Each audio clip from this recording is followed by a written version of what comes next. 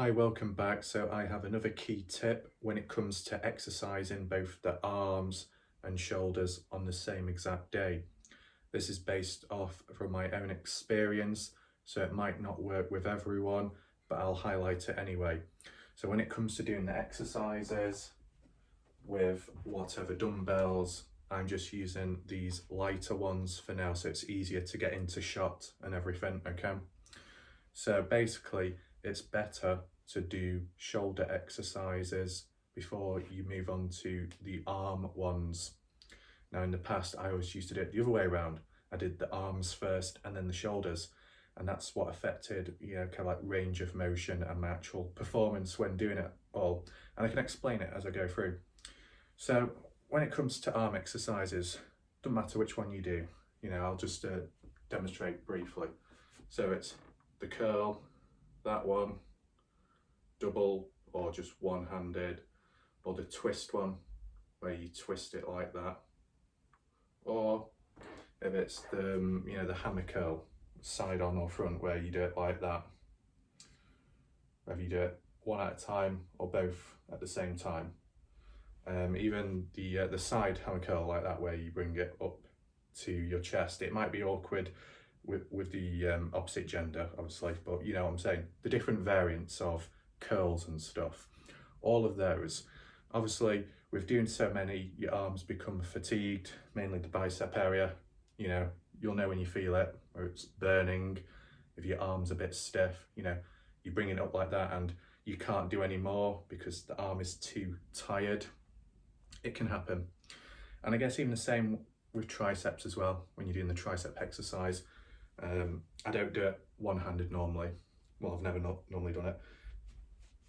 Where it's like that behind your back, something like that.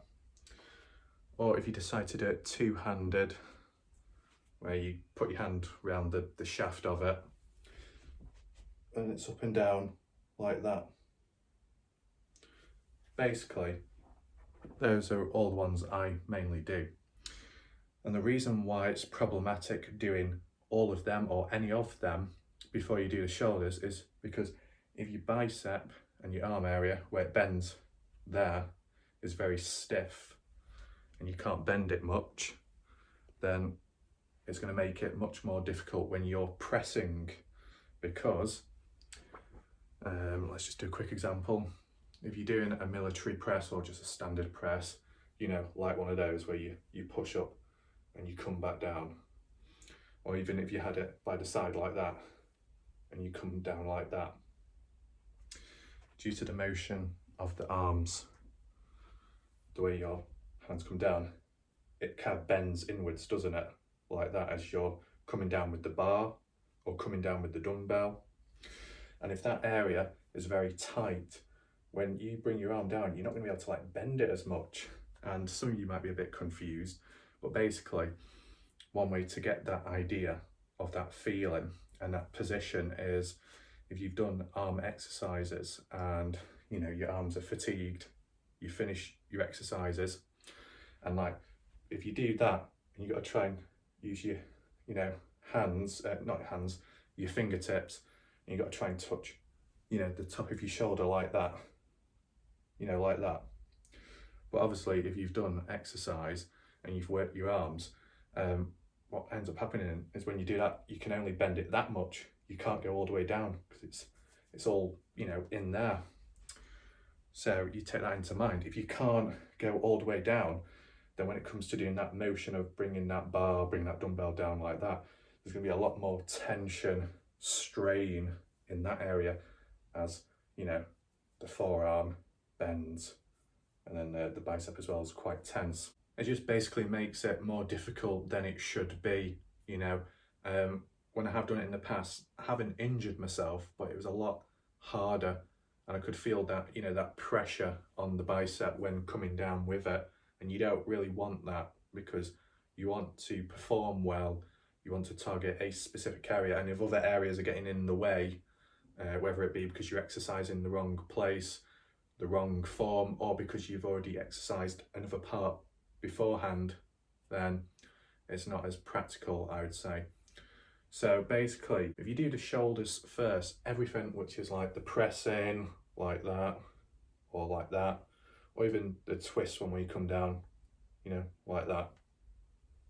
Basically that, even, the front raise, like that one, or both at the same time, or even the one where you bring it out like that, or you do it at one at a time. All those different variants. And then I can't fit it into frame, but the row, whether you do it with a dumbbell or you do it with a barbell, where you kind of bend over slightly and you have these like that in front of you and you're pulling up like that. You can go up much higher with dumbbells like this because of probably the weight and stuff, but obviously on a bar you'd be bent over a bit more and you'd pull it up to about near your belly button or something, maybe, I guess, like that. I'm just going through all the different variants when it comes to like shoulder exercises and maybe a bit of the back as well. What else is there? No, I think I mentioned them all. Or even the shrugs, where you've got the barbell or the dumbbells by the side of you and you pull up like that, like you're shrugging. That's all doing up there. So basically, if you get the trap part fatigued, the shoulder part fatigued, kind of like the back area fatigued, and it's all stiff, it's all sore, it's all tight, it's not as problematic to when you start going on to the arm exercises, because okay, you've done your shoulder exercises, you can't do any more because it's all tense and it's tight, it's uncomfortable, it's burning and everything. Well, when you start doing your arm exercises, as I said, the curls, this, because if you do it properly, you shouldn't be moving your shoulders when you curl. A curl like that, not like that, because your whole shoulder's moving. So if you're doing it properly, just a standard curl or bent over curl like that, it's not really using the shoulders, it's not using the trap muscles, it's not using the back muscles. You're trying to isolate and focus on the bicep and the arm itself.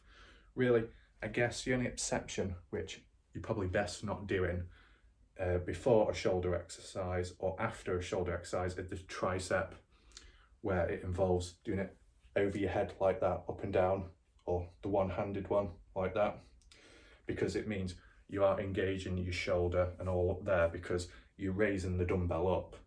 So you're using the shoulder and then you're holding it in that position whilst bending your arm. So there'll be a lot of strain and discomfort there. That's if you do it on the same day, obviously. But I guess an alternative would be, don't know if it can quite fit in, but you kind of bend over slightly.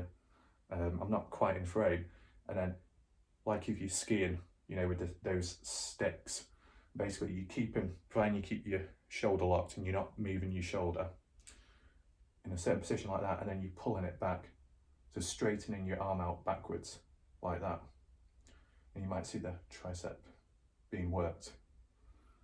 So that's an alternative for the tricep one, without having to use your shoulders or any of that, because that one wouldn't be as practical on the same day. So, as I said, as long as you're doing it correct, whether it be standard curl, a side curl, a double-handed curl, a barbell curl, it's all using, the lower part of your body. Not lower in terms of your legs, but lower down if you were doing your shoulders first. It's what's down below, like the bicep, the forearm, the hands, the stomach as well, the breathing and everything, and locking your body. So with up here not really being engaged when doing the arms, you might as well do the arms secondary. Whereas if you do the arms to begin with, and then you start doing, the shoulder exercises, you're still using your arms then, and they're already fatigued. So it's going to make the shoulder ones harder than it should be. So yeah, hopefully that explains all of that. If it didn't quite make sense, in summary, if you're going to do arm exercises as well as shoulder back exercises, you're better off doing the shoulders, the back first, then followed by the arm exercises. So you've got better range of motion. So hopefully that makes sense. I think maybe quite a few people probably might split it over days because that's the standard thing to do, yes, but then other people might not want to and prefer to do an all body workout, or you know, a half body workout, everything up top and stuff in the arms in one day, maybe because of timing, or just feel like doing it. So yeah, that's why I suggest what I suggest, because for me at least, in the past, or here and now randomly, I did do shoulder exercises, pressing and all that, as well as curling and arm exercises on the same exact day, just because I felt like it, and that's just what I did at the time back then, what I felt like doing and what I could do. And I just changed it around, the order I do it in, and then it made it much easier to do. And it's not about making, you know, exercises easier, because whatever you're doing will be difficult anyway, but it's just taking out those unnecessary obstacles or things that shouldn't be there in the first place. So you do it in the correct order, then it should work a bit better. So yeah, thanks for watching. See you next one. Goodbye.